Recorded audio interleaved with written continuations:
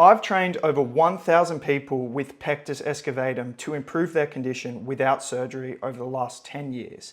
And through coaching, so many people with Pectus, with different types of Pectus, different severities, different ages, and from all over the world, I've learned some really interesting information regarding how to fix Pectus and the struggles that are associated with Pectus.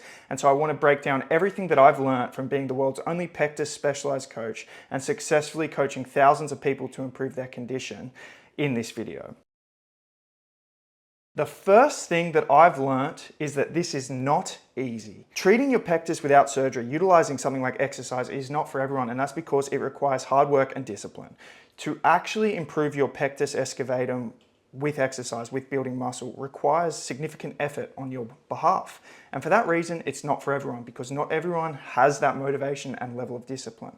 It should be for everyone because you should be exercising anyway for overall health and well-being, but not everyone has that desire to make it a significant part of your life and dedicating themselves to at least working out as a minimum to get a good result with this 3 times a week, stretching as part of your daily routine, even just for 10 minutes, and then adhering to a good nutritious diet that's going to facilitate a muscular physique. That's what it takes, and most people are not willing to do that. It is not for everyone, and it is not easy, okay? It is easy in my opinion, but what I've learned is not everyone is built the same, and for some people they find that too hard of a commitment. Now, if that isn't too hard of a commitment, then keep watching, because there's definitely going to be some really good value in this video about really important things I've learned to optimize the process of improving your Pectus without surgery. The reality is of transforming your body to make your Pectus actually less noticeable is a big transformation. That requires a significant amount of muscle growth and a total reshaping of your body composition and your posture. And so most of my client results that you will see are from clients working with me for a year. So that's the amount of time it takes to really build a good enough body that your Pectus is less noticeable. But obviously, the longer you do it, the better the result. For example, I'll show some images of my transformation over the course period of multiple years. And you can see in each different stage, my body continues to develop and my Pectus gets less noticeable and I get a better physique. So the longer you do it, the better result. But to truly actually see a really noticeable difference in your Pectus does take time. It's going to take you at least a year. So hence why I coach most of my clients for a year. And so you have to be willing to put in the effort and put in the time to get this result. Despite it taking this time and despite the effort that is required, it's still so worth it because it's such a life-changing transformation. It truly is. And that's something that I've learned as well from coaching people, is how much it totally transformed their lives. Now, obviously for me, it totally transformed my life. Fixing Pectus was the most life-changing thing, and that's why I made a YouTube video in the first place, to try and help people to do this. And since that video was released over 10 years ago and I've coached thousands of people, the ones who get an amazing result, they all say the same thing to me, how much it transforms their entire life. So despite the effort that it takes and the time that it takes, it's so worth it for every single person that commits to it. I'd say the fundamental biggest lesson that I've learned over the 10 years is consistency is key above all else. So my clients who have got the best result have always been the ones who are just the most consistent. And honestly, it's almost a direct correlation. So the ones who have 100% compliance have 100% the best results. The ones who have 90% compliance get about 90% as good of a transformation. And so the more you give something, the more you get out of it. And consistency will yield the best results and is the most key principle when it comes to building muscle and improving your Pectus Excavatum. Another very important lesson that I've learned from coaching people with Pectus over the last 10 years is that nutrition compliance is so important. I found that most people are willing to dedicate themselves to working out, but what a lot of people aren't willing to do is alter their diet and their lifestyle behaviors around their diet in order to build a muscular physique that's going to make their Pectus less noticeable. But the ones who will be compliant to the nutrition are the ones who get the best result. Another really important lesson that I've learned is that the amount that you train per week does not matter. So when I started the gym, I just assumed that the more you get in there, the better. So I would try and go every day. But having coached people over the last 10 years and had lots of clients who were really busy and said, hey, look, I can only commit to 3 days a week.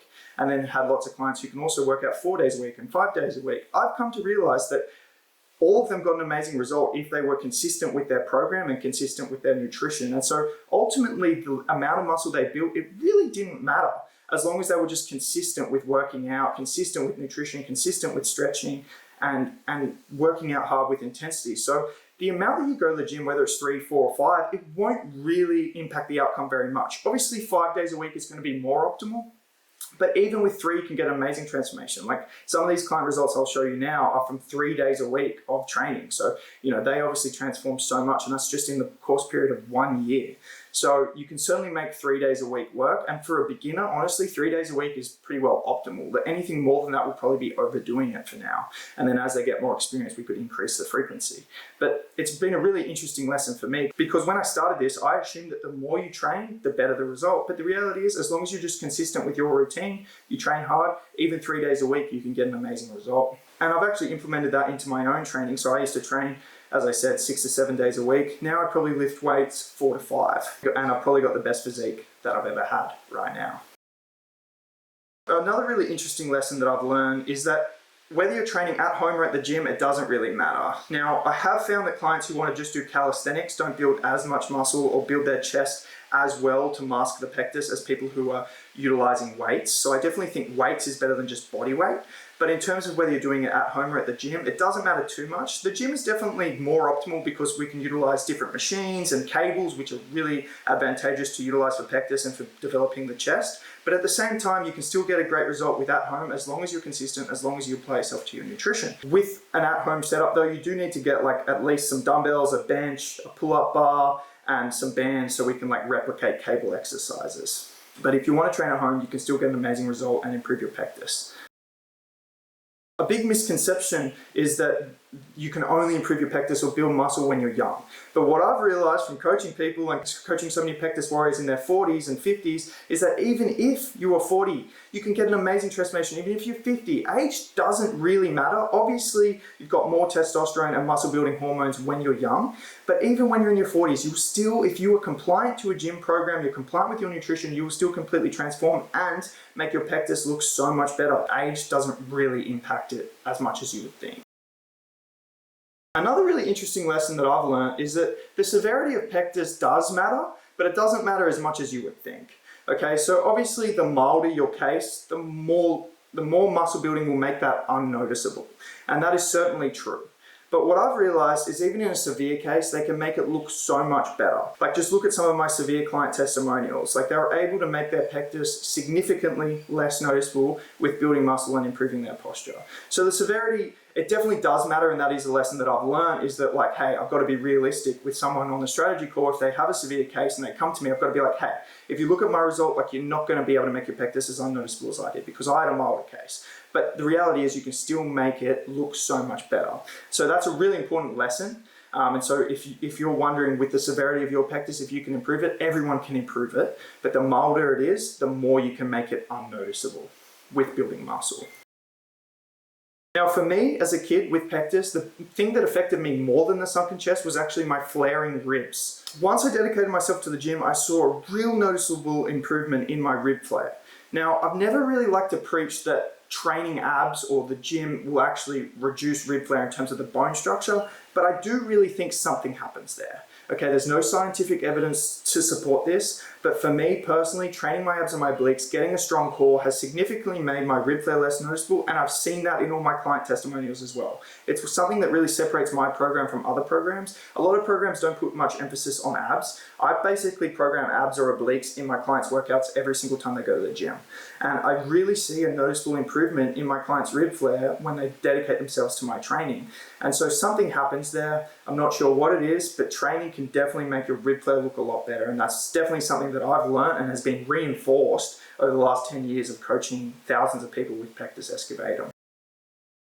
Another thing I've learned is that to develop a really good mind-muscle connection with your chest takes time. So most of my clients, when they start training with me, they just can't really feel their chest. And this is actually normal. And when I reflect back on my training and when I started the gym, I couldn't really engage my chest nearly as well as I can now. And this just does, it's just something that takes time. And so the more you start to strengthen your chest, develop your chest, the easier it's going to be to establish a good mind-muscle connection with your chest. So you've just got to stick with it.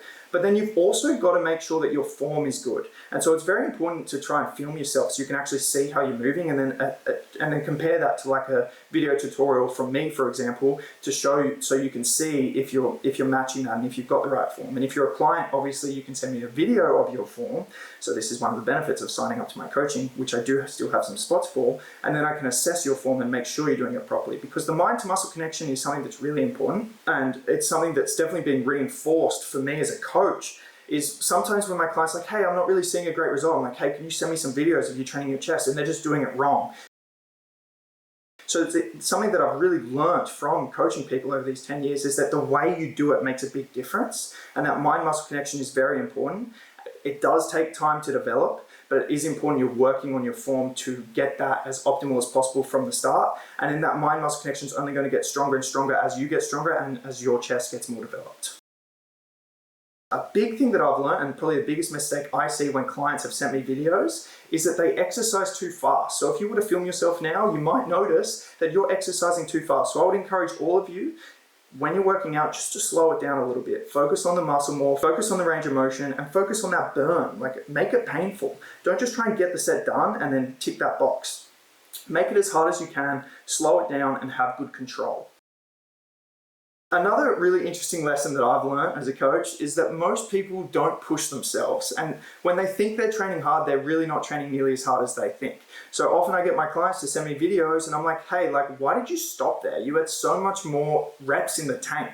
And it's really those last couple reps where you're really close to failure, where you're going to create the most muscle damage and therefore get the most growth. So I think most people are actually cutting their gains really short by not pushing themselves as hard as they can in the gym. Now, another lesson that's been actually really interesting for me to learn is how important sleep is. This is something I didn't put much stock in when I started my transformation at 16, 17, to be expected at that age. And I didn't ever really know how important it was until I've had some clients who were ticking all their boxes, but they were stressed out and they weren't getting much sleep. And that made sense as to why they weren't getting as good of a result as they should have, because they were ticking the workout box, they were ticking the nutrition box. And it was like, wow, the sleep and the stress is so important. So once we address that, they were able to unlock way better results. So that's been a really important lesson, is the importance of sleep. So if you are not getting a good result, have a look at your sleep. Try and get like 8 hours a night if you can, and try and also de-stress your life as much as you can, because stress raises cortisol. Cortisol is antagonistic to testosterone, so the higher your cortisol, the lower your testosterone. Testosterone is a muscle building hormone, so you don't want that, you don't want to be stressed. The least stressed you can be, the better your muscle building potential is going to be, and the more sleep you can get, the better your muscle building is going to be as well, because that's when you're going to grow your muscles, is when you recover, is when you sleep. One really interesting lesson that I've learned, and the biggest thing that is killing most people's gains, is drinking. Okay, drinking alcohol is probably the worst thing you can do for building a muscular physique. Now, I've learned this lesson firsthand myself when I was at university, and I would drink, and I had a very average physique for the amount that I was training. And then once I cut out drinking, my physique just transformed. And I've seen this in my clients as well. Like, some of my clients are so adherent during the week, and then on the weekends they'll drink, and it just totally wrecks any muscle building potential. It wrecks everything. It wrecks your energy for the week, so you can't get good workouts. It hurts your testosterone levels, so obviously it hurts your muscle building potential. And it's just really, I would say it's the worst thing you can do if you're trying to transform your body, is drinking alcohol, especially if you drink to the point where you're really drunk and you stay up really late and you have a bad night's sleep and you're hungover. Like, that is the worst thing you can do. So try and limit your alcohol consumption. I'm not saying, you know, live your life in such a boring way. Like, I don't want this to just, you know, like, the whole reason of trying to exercise to make your pectus look better and build muscle is to have a better life. And, you know, you don't want to just not do things and not be social, but just try and minimize that and try and not go overboard, you know, with drinking too much and staying out too late. But honestly, if you can cut out alcohol and still have a good time, I'd recommend that. That's what I do. Not drinking has been one of the best life-changing decisions that I've made personally. With my clients, I can see their food logs, and something that has just been a really common theme is the lack of vegetables and fruits. You guys need to eat more vegetables and fruits. It's a really funny lesson that I've learned, is that Trying to encourage people to eat more vegetables and fruits is harder than you think. Most people don't like them, but you want to have nutrients, guys. If you're trying to build muscle, don't just think it's just about calories and protein. Sure, they're the most important thing, but your micronutrients are also important. It's important you're eating nutrient-dense foods. It's important you're healthy, so you have good energy, you can hit good workouts, and I really do think it helps you build muscle more optimally as well. So don't skip on the vegetables, fruits, and unprocessed whole foods, okay?